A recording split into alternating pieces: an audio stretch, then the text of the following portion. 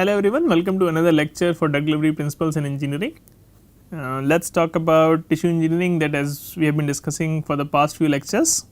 So, just a quick recap of what we learned in the last class. So, again as I said, we are talking about tissue engineering in this particular module, and in the last class we basically focused on a paper which had actually done coatings of ECM proteins. So, in this particular case this was fibronectin fragment,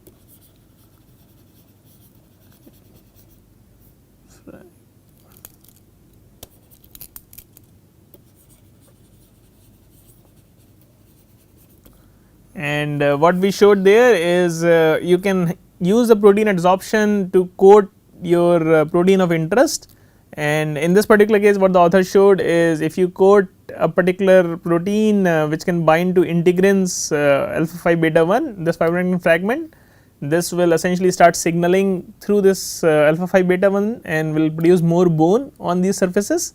And then the authors further went ahead and used a rat model and showed that on a rat model this leads to enhancement in the osseointegration.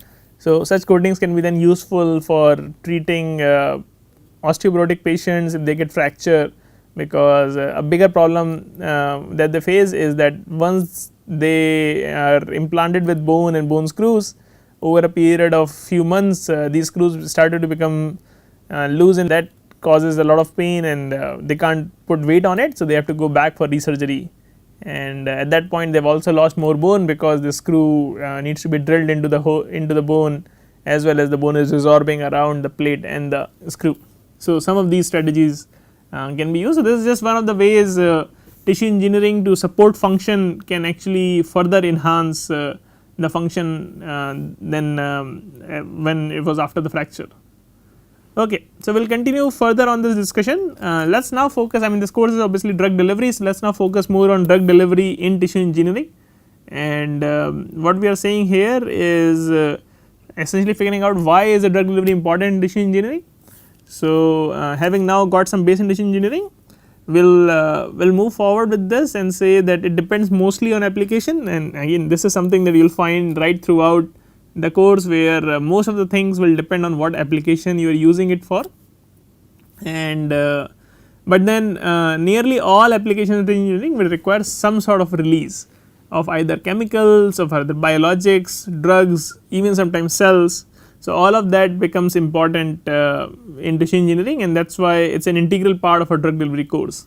And so, in the today's class and next couple of classes we will learn how drug delivery is being used and how we can essentially modulate that to get better tissue response.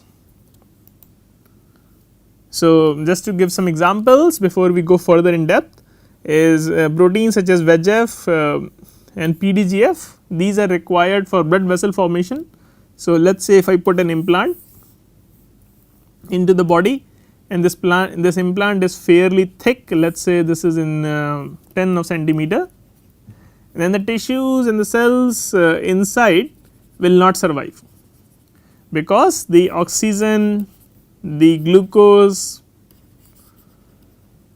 as well as the waste transport is severely limited, since there are no blood vessels, right. When I put this implant and let us say if there are cells in it, the cells have no way to survive unless they can get oxygen, they can get glucose, they can remove the waste from the surrounding. So, what is the major problem is that there are no blood vessels, and so what people have done in the literature is to encapsulate molecules such as VEGF and PDGF, which are growth factors and signals that causes the blood vessels to form. And so, what can happen is, let us say if I implanted this and there was a blood vessel going near this, it can induce new vascularization, new blood vessels to form and sort of penetrate this and essentially provide these nutrients to the cells in these implants. So, that is important. Another example is to use antibiotics to prevent infections. So, again a lot of the time it is being seen that if you have an implant, it can get infected, since this is an external implant, maybe at the time of surgery things were not pure. So, let us say if an implant which which is susceptible to start having colonization of bacteria.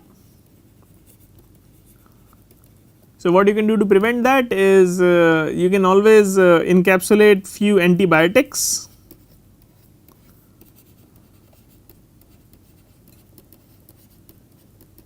and so this is sort of a prevention based method where you have encapsulated antibiotics in an anticipation that maybe after the surgery there might be few bacteria around, and this antibiotic does not need to release for a long duration, maybe it is only going to release for let us say 3 days, but that might be enough to kill off the surrounding bacteria and ensure that the implant does not get infected, because again if the implant does get infected then instead of helping the person with any sort of comfort, it is going to make the life worse, where lot of inflammation, lot of pus formation, and the healing will not happen. In fact the tissue will get more damaged, and the only solution then most of the times becomes is to remove the implant completely.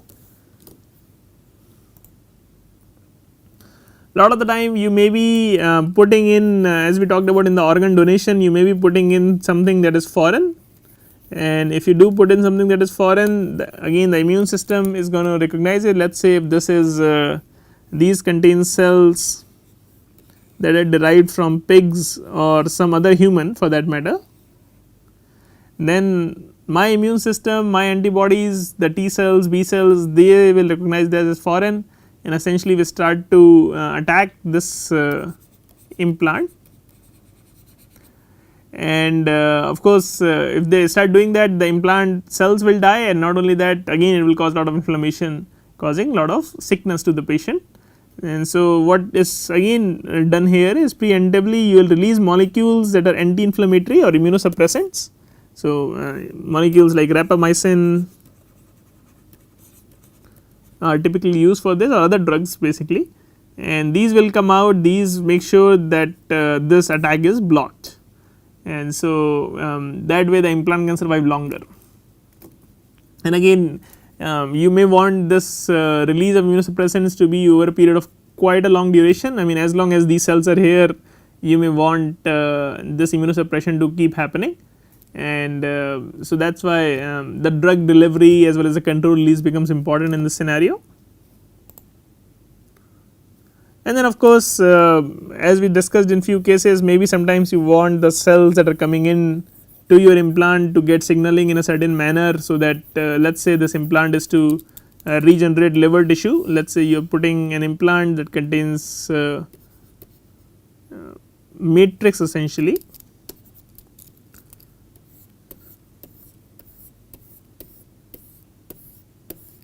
and what you want is the cells to actually come in this time and use this matrix to sort of build up the lost tissue, but then the cells alone may not be sufficient, the cells may require certain signals, and at that point you may want to release some growth factors from here. Let us say these growth factors causes the cells, these are stem cells let us say, and let us say these growth factors causes the stem cells to differentiate into liver cells. So in that case what you will find is these growth factors, if you slowly release them and ask the surrounding stem cells to come in to the liver, this will have a better therapy for your tissue engineering. So again these are just few cases I am giving, there are several of them. You can pretty much pick up any tissue engineering paper and you will find that there are release of molecule that is happening throughout this process, or absorbing proteins or absorbing factors, releasing drugs. All of this is a continuous part of tissue engineering, and we will discuss some of these strategies as well as we go along. And again it is not limited to these molecules, it could be any other molecule, could be a painkiller, could be something else, just depends on the application and what you are trying to cure. Okay, so here is just a review paper talking about using polymeric growth factor delivery strategies for tissue engineering. So what are you seeing here is essentially 3 different cases, and in one case what you have done is very similar example what I just gave previously. You want cells to migrate in, and if you do want cells to migrate in, you are basically causing a gradient of these black dots inside your scaffold, which then will slowly come out, and these cells get attracted by these black dots let us say, and so these cells will come in and start to migrate into this implant because of these gradient of these molecules that you have encapsulated. Another example here is maybe you want to use stem cells and want them to differentiate. So again there could be drugs that are encapsulated in a matrix that will cause these cells to come in and then differentiate into the type of cells you want. Maybe if it is for liver or whether it is for lung, just again depends on what is the organ that you are trying to treat, and that will cause better tissue engineering applications. Or this could be just to sort of increase the number of cells. So maybe you are putting in cells with the implant itself, but you want to increase the cell density so that more and more of them are there and the function is getting restored more and more. So that you can also do again using these proliferative agents or these small drugs that will help in proliferation of the cell.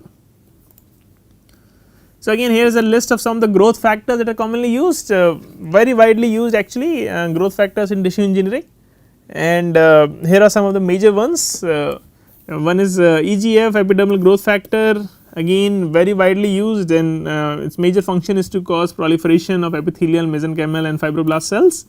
So in the previous case it was example C that we saw that you want these cells to proliferate and start maybe due to some accident you maybe lost 20% of your cells.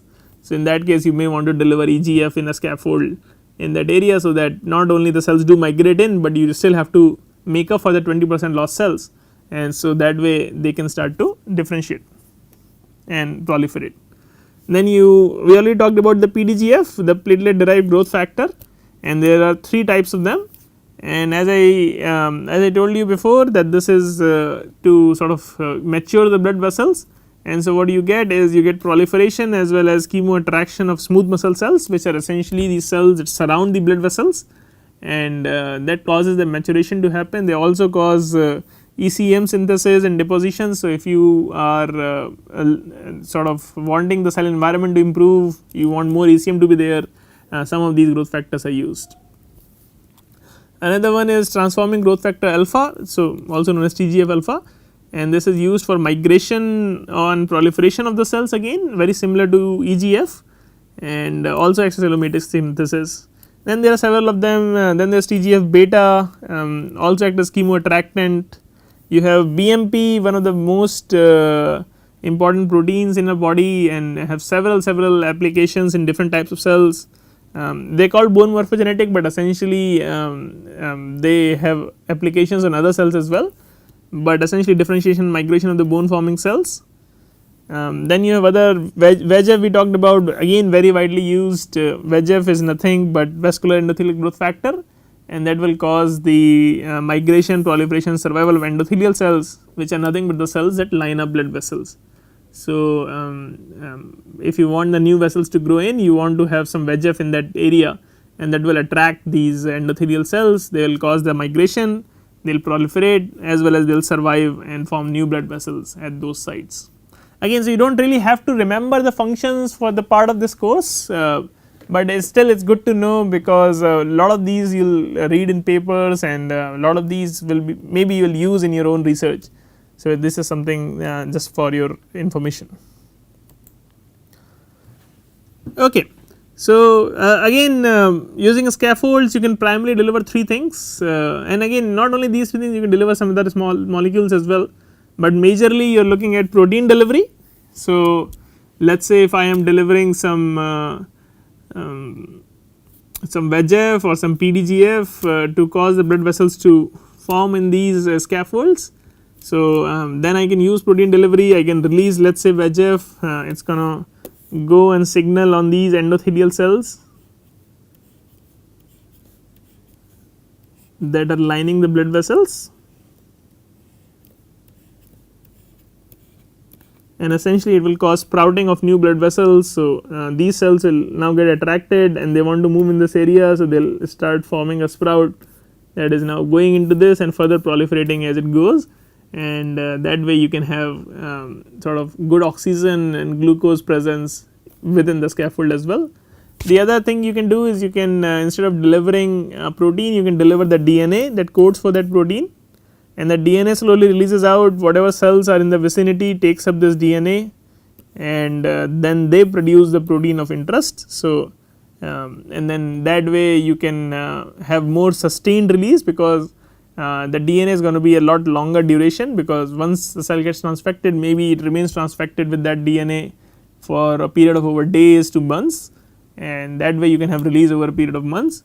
Or the third example here is a cell delivery, where essentially you can just have cells encapsulated in them, and these cells maybe are performing certain function. Maybe you, if you are lacking insulin, so you can produce insulin through these cells through pancreatic beta cells, or if let us say you are lacking a certain enzyme, these cells are known to produce those enzymes, so you can encapsulate those cells, and that way they remain in the site that you want these proteins to be present, as well as they are happy because they are in a matrix surrounded by them. Sometimes you want to protect them from immune system, they also for that you use matrix as well, and we will discuss some of these cases through this course as we go along.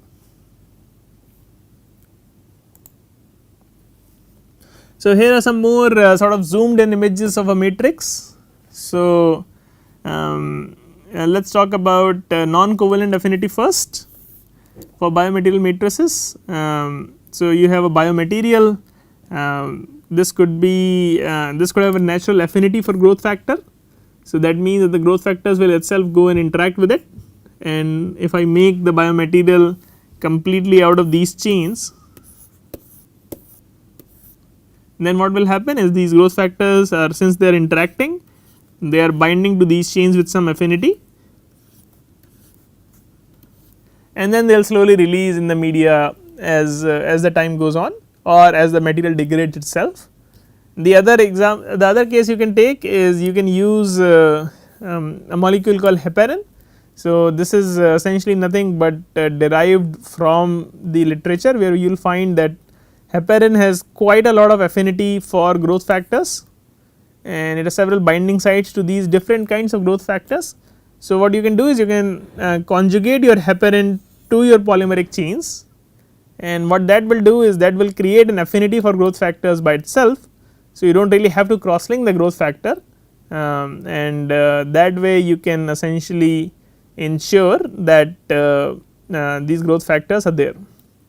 So, important point to note here is that the ECM, the natural ECM. So, if you take natural ECM, they have all these binding sites for heparin and your growth factors. So, those can also be used, but this is if you want a certain class of polymer for its particular property, you can still modify these polymers to be able to release these growth factors, and obviously you can always directly conjugate it as well. There is no problem with that also. And then the other thing you can do is you can use some of these ECM fragments themselves that I just said has natural affinity for these growth factors. You can conjugate the ECM fragment, and then they will automatically start to bind your growth factors. So, that is one way to sort of get your things delivered as well as bound. What it ensures is that you are, in none of these cases you are actually covalently binding a growth factor to your polymeric chain, and that would ensure that your growth factors are not losing their activity, because if you covalently link the molecule, then those molecules will tend to sort of have lower activity compared to the non-covalently linked. And then there is other strategies is to use non-covalent affinity for endogenous ECM. So, in this case this is not a problem at all. So, you have a natural material called let us say here for example collagen, and what you can do is you can bind your growth factor with a collagen binding domain. So, this domain, since it is collagen binding, it is going to go bind to the collagen chains, essentially linking your growth factor to your chains. The other example is heparin sulfate. So, the same thing you can do is you can again have binding affinity conjugated to your growth factor with the heparin, and then the heparin binding domain will go and bind to your heparin matrices. And again very similar to this, you can make your ECM or incorporate other ECM components into your things, and you can again put your ECM binding domain in here. So, these things, these non-covalent affinity are actually very important, because see what happens is, let us say if a cell comes and the cell wants to take this growth factor up. So, let us say there is a large cell that is binding site for this growth factor. If these growth factors are covalently linked to your material, then the cells can't really take them up, right, because the cells will try to take them up, because but your material is huge compared to the cell size. So, the cells are not able to take this. In this case what you are doing is, if the cell affinity is higher than this natural affinity or any of these affinities, then the cells can come, they can take up the growth factors at the rate that they want to take this up, and that will ensure that the cells have lot more control, which typically always leads to better healing. So, that is some of these advantages here for using non-covalent affinity. Obviously, you can always do the covalent affinity and bank on the polymer to degrade, or maybe it is just a cell surface receptor, the cell does not need to internalize it. In those cases, those systems will also work, but typically what has been seen with the research is these systems work a lot better than the covalent binding ones. And again, as we were just discussing, so you can have covalent binding, so you can actually take a chemical moiety and cross link your growth factor, or you can have it linked such that there is a protease cleavage site. So, what that does is, even though it is covalently linked, there is a cleavage site which cells can cleave. The cells all have proteases both secreted as well as on their membranes. So, if you do that, then these will essentially be cleaved, and the cells can come and bind to this growth factor whenever they need to and take it up. So, here is a typical example of how this looks like. So, an extracellular physiological environment of growth factors. So, you can have growth factors linked either to your chains or just encapsulated. The cells will come in, they will interact with your ECM as well as these growth factors, and essentially that can help them perform or enhance their function in quite a good manner. Is another example of this. So, this is a group, Jeffrey Hubbell's group, where they have developed fibrin derivatives for controlled release of heparin binding growth factors. And so, what these authors have done is they have made gels. So, these are essentially nothing but gels, or you can also call them hydrogels, since fibrin derivatives are fairly hydrophilic. So, they have made these hydrogels, and in that what they have done, they have attached some peptides. So, this is a bi-domain peptide where one domain binds to your fibrin and another domain binds to, let us say, heparin. So, if it is a bi-domain, one domain binds to this, one domain binds to the heparin, and so this is your heparin.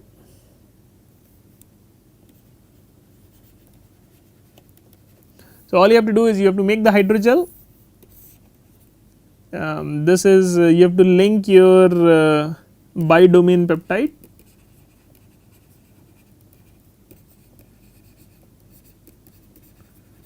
Then all you have to do is just incubate this with heparin, and once you incubate this, what will happen is, first of all, this bi-domain peptide will go and bind to your hydrogel chains which are made out of fibrin, and once you put the heparin there, you can wash it in the middle if you want, if you are putting this in excess. This heparin is going to go and bind to this bi-domain peptide, and then all you have to do is just put your growth factors, and as I described in the previous slide, that heparin is fairly promiscuous in binding lots and lots of different types of growth factors, and those will automatically go and bind. So, essentially this G here represents the growth factor which binds to heparin, and there are several of them. So, that way you can achieve.